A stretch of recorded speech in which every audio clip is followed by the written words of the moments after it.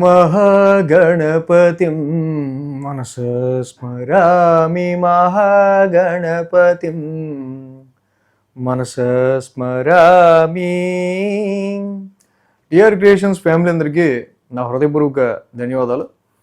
అలాగే ఈ యొక్క డిసెంబర్ మాసానికి సంబంధించి రాశి ఫలాలు అన్ని రాశుల వరకు ఎలా ఉన్నాయో తెలుసుకునే ముందు ముఖ్యంగా మేజర్ ఈవెంట్స్ ప్లానెటరీ ట్రాన్సిట్ ఎలా ఉంది ఏంటి మనకి ఈ యొక్క మాసంలో చూద్దాం మెయిన్గా.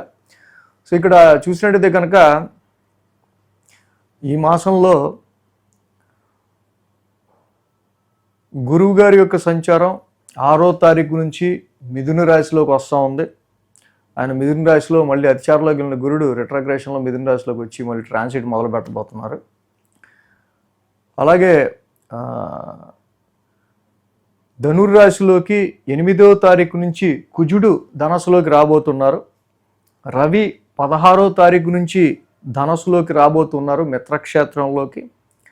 బుధ భగవానుడు 7వ తారీఖు డిసెంబర్ 7వ తారీఖు నుంచి ఆయన తుల నుంచి వృశ్చికంలోకి అడుగు పెట్టబోతున్నారు. ఇంకా శుక్రుని యొక్క పరిస్థితి చూస్తే కనుక డిసెంబర్ 20వ తారీఖు నుంచి శుక్రుడు కూడా ధనస్సు రాశిలోకి ప్రవేశించబోతున్నారు. సో ఈ విధంగా ఇక్కడ లాంగ్ టర్మ్ ప్లానెట్ గురుడు, అలాగే మాసగ్రహాలైన కుజ, రవి, బుధ, శుక్రులు నలుగురుతో పాటుగా 5 గ్రహాలు మారుతూ ఉన్నాయి. కాబట్టి ఈ డిసెంబర్ మాసంలో సో మచ్ ఆఫ్ చేంజెస్ అనేవి ప్రతి రాశి వాళ్ళకి కంపల్సరీగా వారి వారి స్థానాలు బట్టి కనిపిస్తాయి. ఇంకా మేజర్ ఈవెంట్స్ వచ్చి ఈ మాసంలో మనం చూస్తే 18వ తారీఖు సంకటహర చతుర్థి, అలాగే ఇక్కడ మనం చూస్తే మాస శివరాత్రి కూడా ఇక్కడ మనకు ఉంది. సో ఈ విధంగా 18వ తారీఖు మాస శివరాత్రి. సో ఈ గ్రహస్థితుల ఆధారంగా ముఖ్యంగా డిసెంబర్ మాసం మరి మీ రాశి వారికి ఎలా ఉండబోతుందంటే అనేది ఇప్పుడు చూద్దాం. సింహరాశికి సంబంధించి చూద్దాం. సింహరాశికి సంబంధించి చూస్తే కనుక వీరికి లాభంలో గురుడి యొక్క సంచారం అనుకూలంగా ఉంది. అలాగే చతుర్థంలో శుక్రుడి యొక్క సంచారం. సో 2 గ్రహాల యొక్క అనుకూలత సింహరాశికి కనిపిస్తూ ఉంది. సో ఇక్కడ మనం మెయిన్గా చూస్తే కనుక అతిచారంలో వచ్చిన గురుడు కర్కాటక రాశిలోకి సింహరాశికి వేయంలోకి వచ్చారు. సో అన్ఎక్స్పెక్టెడ్లీ 1 మంత్ నుంచి రావాల్సిన లాభాలు ఆగిపోవడం కానీ, సడన్ ఎక్స్పెన్సెస్ లాంటివి కానీ, సడన్ జర్నీస్ చేయాల్సి వచ్చే ఆస్కారాలు కావచ్చు, ఆరోగ్యపరమైన విషయాల్లోనూ సంతానపరమైన విషయాల్లోనూ కొంచెం చిన్నపాటి ఇన్వెస్ట్మెంట్స్కి సంబంధించి అనుకున్న ఫలితాల్లో కొంచెం సడన్ ట్రాన్స్ఫర్మేషన్స్ ఉండటం మనం గమనించవచ్చు.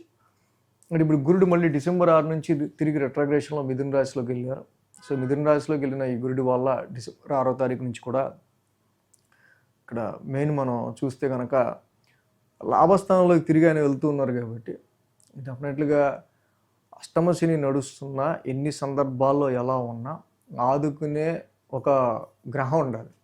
అదే గురుడు. లాభస్థానంలో ఉన్న ఈ గురుడు వస్తున్న ఈ గురుడు చాలా వరకు చాలా మేజర్గా ఎటువంటి సిచ్యువేషన్స్లో ఫైనాన్షియల్ కండిషన్స్లో మీకున్న వరస్ట్ సిచ్యువేషన్స్లో కూడా ఆయన సింహరాశి వాళ్ళకి కాపాడగలుగుతాడు. అంటే అందరికీ వరస్ట్ సిచ్యువేషన్స్ ఉంటాయని కాదు, ఇన్ కేస్ అంత స్థితిలో కూడా ఉద్యోగంలో ఏదన్నా కాన్ఫ్లిక్ట్ వచ్చి సమ్ ఇబ్బందులు వచ్చి అటు ఇటుగా ఊగుతున్న విషయాల్లో కూడా మళ్ళీ ఆయన సిట్రేట్ చేయగలడు. మళ్ళీ తిరిగి దానికి తగ్గట్టు ఆ టైంకి మిమ్మల్ని కాపాడడానికి ఎవరో ఒకరు రావటమో, ఏదో విధంగా మళ్ళీ మీరు పుంజుకోవటమో, సిట్రేట్ చేసుకోగలగటమో, వచ్చిన నష్టాన్ని మళ్ళీ మీరు భర్తీ చేసుకోగలగటమో, ఇలాంటి కొన్ని పాసిబిలిటీస్ అనేవి సింహరాశి వాళ్ళకి గురు భగవానుడు ఒక్కళ్ళ వల్ల మాత్రమే లభిస్తున్నాయి. గురుడు ఒక్కళ్ళు మాత్రమే ఎన్ని వరస్ట్ సిచ్యువేషన్స్లో కూడా వీళ్ళని ప్రొటెక్ట్ చేస్తా ఉండే ఆస్కారాలు ఈ మంత్ నుంచి ఉన్నాయి. మళ్ళీ అది ఎందుకు చెప్తున్నా అంటే రాశ్యాధిపతి రవి ఈ రాశికి చతుర్థంలో ఉన్నాడు. ఇప్పుడు అర్ధాష్టమంలో రవి కుజుల యొక్క దోషం. కుజుడు 8వ తారీఖు దాకా ఉంటాడు, రవి 16వ తారీఖు దాకా ఉంటాడు.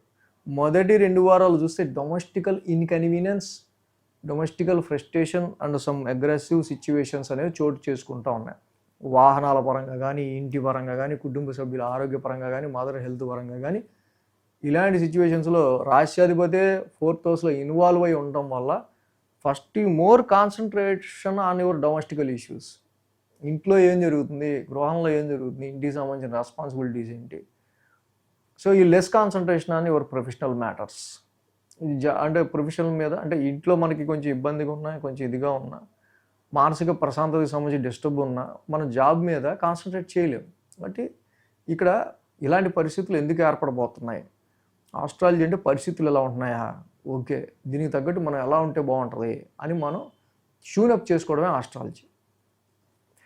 సో ఫస్ట్ 2 వారాలు కూడా రవి కుజుల యొక్క స్థితి సంచారం చతుర్థ స్థానంలో నడవటం, శుక్రుడు కూడా అక్కడే ఉంటున్నాడు. శుక్రుడు కూడా అక్కడే ఉండటం వల్ల అది శత్రుక్షేత్రం అయింది. ఆ బలమైన గ్రహాలు అక్కడ ఉండటం, శత్రుగ్రహాలు ఉండటం వల్ల శుక్రుడు స్టామినా కూడా సరిపోదు అక్కడ.